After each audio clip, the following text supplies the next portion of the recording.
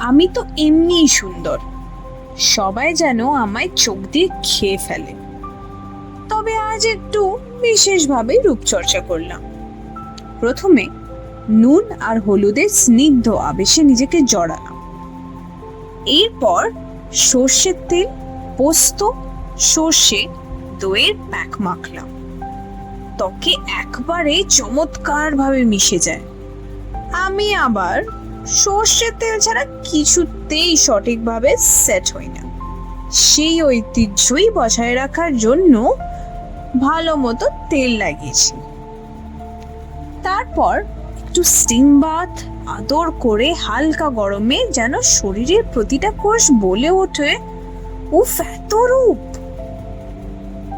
এই সবের পর যখন আয়নায় তাকালাম, নিজেই বুঝলাম লোলুপ দৃষ্টি শুধু গল্প নয়, বাস্তবের প্রতিফলন। আমি এখন একেবারে রূপসী হয়ে উঠেছি। কে বলেছে রূপচর্চার মন্ত্র বিদেশি ব্র্যান্ডে আছে? আমার আছে বাংলা হেসেলেই। আমি তো ভাপা ইলিশ, তেল মশলার রাজকন্যা।